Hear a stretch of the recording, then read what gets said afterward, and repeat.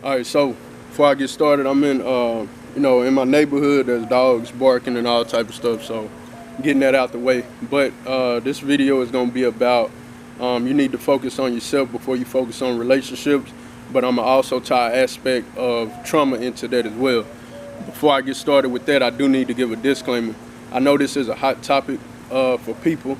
That being said, I'm not sure how many people this may reach or whatever the case is, but if you find the information useful, that's good. But I don't want anybody to be under the impression that my videos are going to solely be on relationships or whatever the case may be.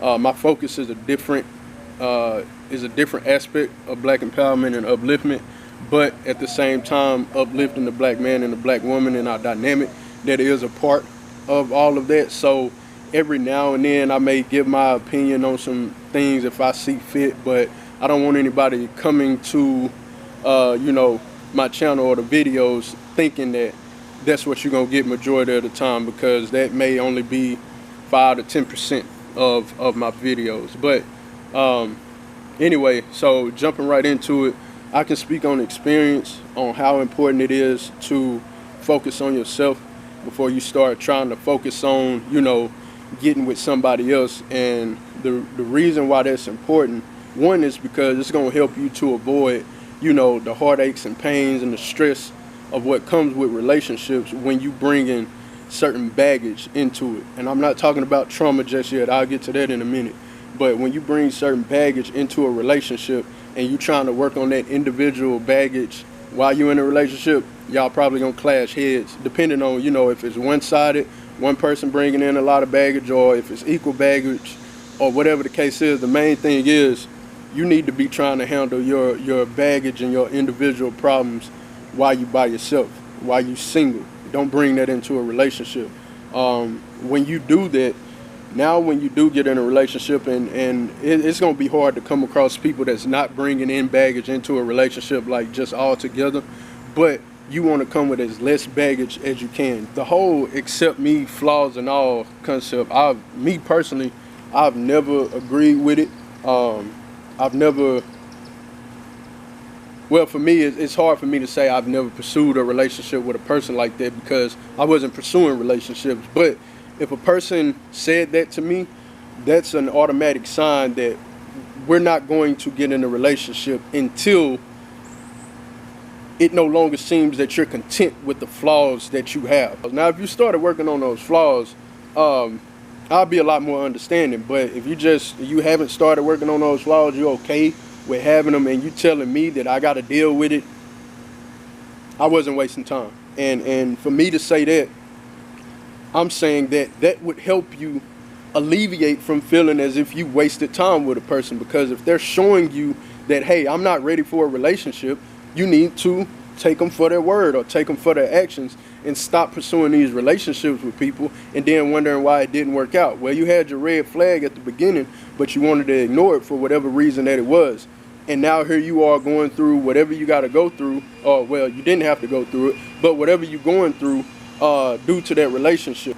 So that being said, I feel that, we have a lot of problems with these relationships because we're not spending enough time alone. We want a void to be filled, or, we're seeking something, or really we just don't like being alone. We feel like we got to be around people, and I guess I would be kind of biased to that because I'm a loner and I've enjoyed my alone time. So I guess it was a lot easier for me to be alone and not be in a relationship versus somebody else. But regardless how easy it is for you, that is something that you really need to focus on. You need to focus on yourself. Stop focusing on relationships. Relationships will come. That time will come when it's needed, when it's necessary. But until that time, you really need to focus on yourself. This is for men and women. I'll go ahead and transition into the trauma aspect of it. You're dealing with somebody that's coming in a relationship with baggage. Like when I say baggage, I mean, flaws about the character or how they handle certain situations or whatever the case may be. That may be something simple to deal with and cut off or fix or whatever the case is. But when we talk about trauma is not something that a person could just get over that fast, especially if it's something that they've dealt with for a long period of time or dealt with since they were a kid or whatever the case may be. So when you're dealing with trauma, this is a whole different aspect of how trauma can affect a relationship. So when it comes to trauma, man, it's important. Whatever trauma you're dealing with, y'all have to lay it on the table. That way it's known, and or that way you give the other person the opportunity to know, what they're getting themselves into. Then if they sign up for it, then it's on them to, have that understanding of what you're dealing with and why y'all may be having the problems that y'all having. But what I will say, now I'm not a guru on trauma. I do know people that have shared certain things with me, and from that, I can piece together certain things. But at the same time, if I've never experienced the trauma that they've been through, I'm not gonna know, exactly how that feels or what they deal with 100%. I may be able to sympathize or whatever the case may be, but if I haven't been through it, I'm not gonna fully understand. So that being said, it's very, very, very important that if you're dealing with somebody with trauma, you have to understand it's not just a switch that they can flip. You have to be extremely patient. You have to be extremely understanding. Empathize if you can relate. If you've had some traumatic experience in your life that matches up with what that person is going through, sympathize. It's just dealing with trauma is so fragile that you just have to be careful with that. So that's why trauma is so important, to try to definitely have something in place that's helping you heal from that trauma. Now, a lot of people, they don't even know that they're dealing with trauma. Some people know, and some people have, started the process of healing from it. Some people don't know how to start that process of healing. So it's trauma has its own different layers of things that it come with, that if it is involved with the relationship, that makes the relationship that much more tough. So I feel like that's definitely another aspect that, of problems that we're having in these relationships, that not only is a person coming in with individual baggage, but also they're coming in with being scarred from trauma. So, that's something that I think we overlooking, and something we need to start shedding the light on.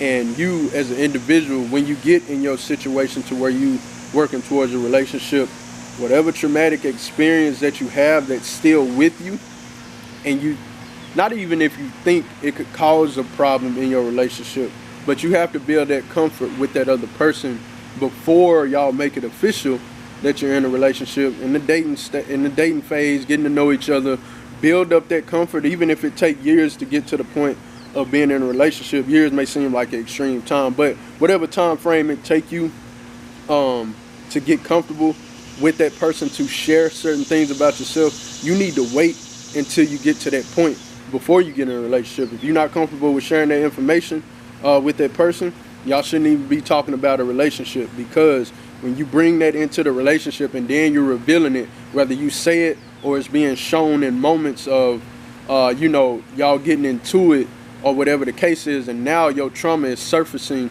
to that person that you're with, now they're in an unfair situation because they didn't know you were dealing with all of this. And now here it is, this person has to, they can be looked at as a bad person if they, walk off from you or whatever the case may be. Now here it is, you that just walked off, you possibly playing into more trauma that this person have to deal with. So it's a never-ending cycle that we need to start trying to, if not, again, I don't think anybody could just fully heal from trauma, but hopefully the process of healing has at least started.